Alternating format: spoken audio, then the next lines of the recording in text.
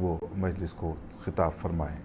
اعوذ باللہ السمیع العلیم من الشیطان الرجیم، بسم اللہ الرحمن الرحیم، الحمد للہ رب العالمین، والعاقبۃ للمتقین، والجنۃ للموحدین، والنار للمعاندین، الصلاۃ والسلام علی اشرف الانبیاء والمرسلین، سیدنا و نبینا و شفیع ذنوبنا بالقاسم محمد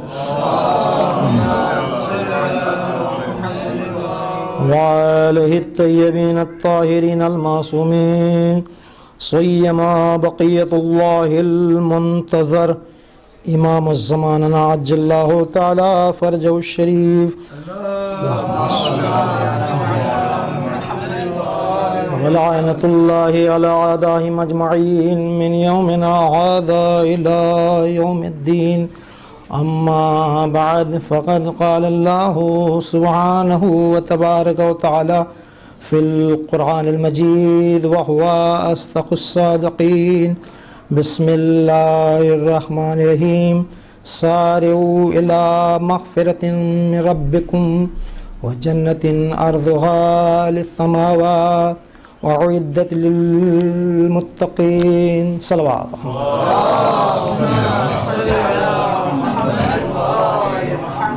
معزز سامعین، آپ لوگوں کے خدمت میں کچھ معروضات پیش کروں اس سے پہلے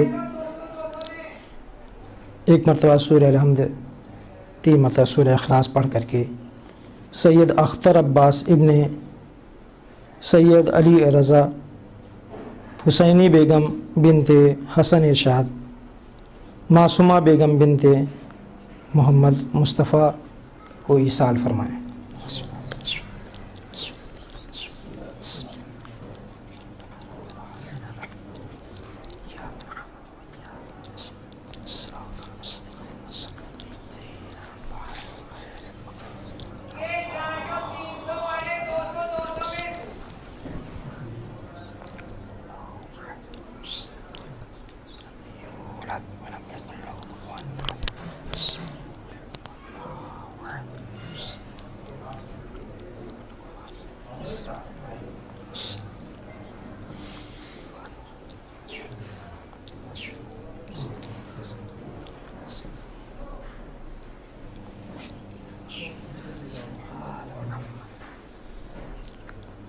صلوات محمد۔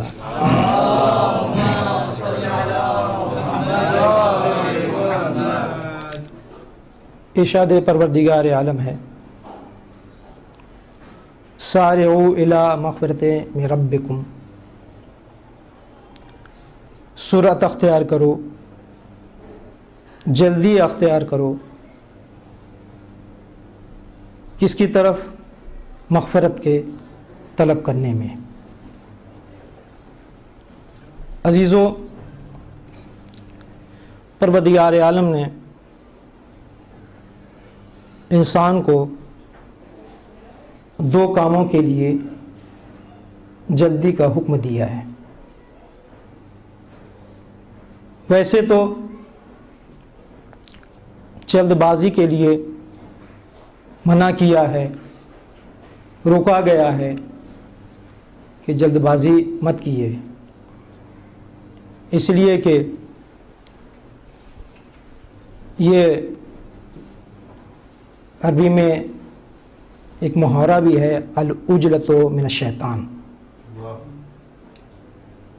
عجلت، جلد بازی یہ شیطان کے کاموں میں سے ہے۔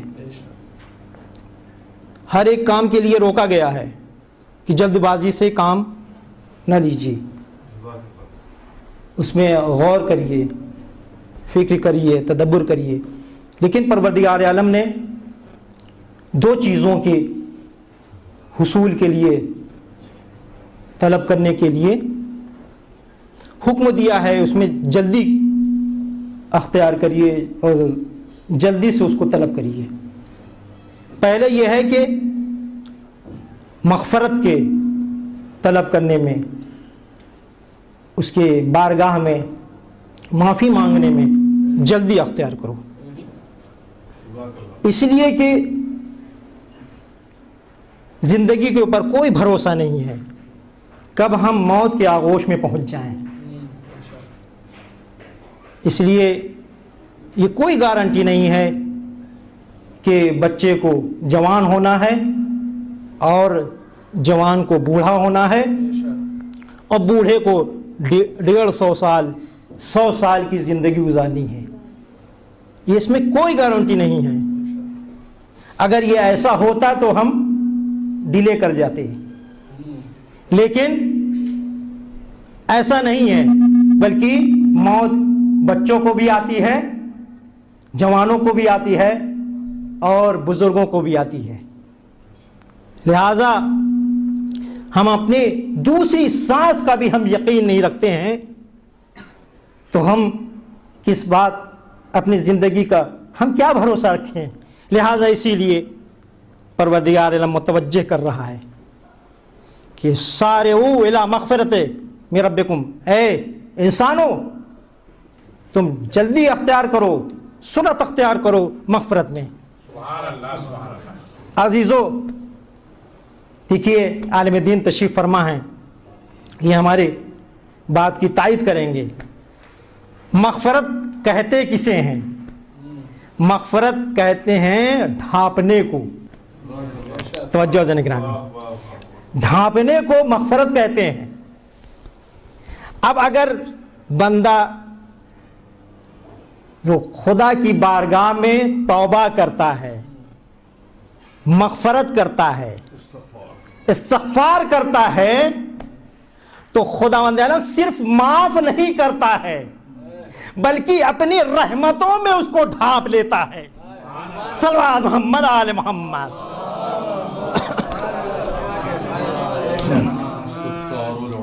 اپنی رحمتوں میں ڈھانپ لیتا ہے۔ اب اگر کوئی ماضی کے بارے میں سوال کرے تو خداوند عالم یہ کہہ رہا ہے اب اس کے ماضی کے بارے میں مت پوچھنا، اس کے کیریکٹر کے بارے میں اب نہ پوچھنا، تم کون ہوتے ہو، میں نے اپنی اب رحمتوں میں اس کو ڈھانپ لیا ہے۔ صلوات محمد آل محمد۔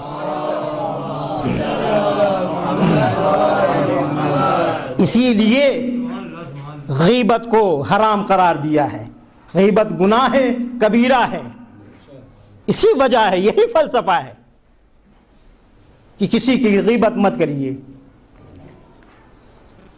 معلوم نہیں کہ وہ انسان کب متوجہ ہو جائے خدا کی بارگاہ میں، کب متوجہ ہو جائے خدا کی بارگاہ میں اور وہ توبہ کے لیے آمادہ ہو جائے، مغفرت کے لیے آمادہ ہو جائے۔ اور جب اس نے مغفرت یعنی توبہ کر لیا، استغفار کر لیا، تو ایسی صورت میں یہ ہے کہ حدیث میں ہے التائب من الذنب من لا ذنب لہ، کہ وہ تائب جس نے توبہ اختیار کیا ہے، جس نے توبہ کیا ہے، وہ ایسے ہو گیا ہے جیسے اس نے گناہ ہی نہیں کیا ہے۔ سبحان اللہ، کیا کہنے۔ توجہ سے نگرامی، التائب من الذنب من لا ذنب لہ۔ عزیزو اسی لیے پروردگار عالم حکم دے رہا ہے سارعوا الی مغفرۃ من ربکم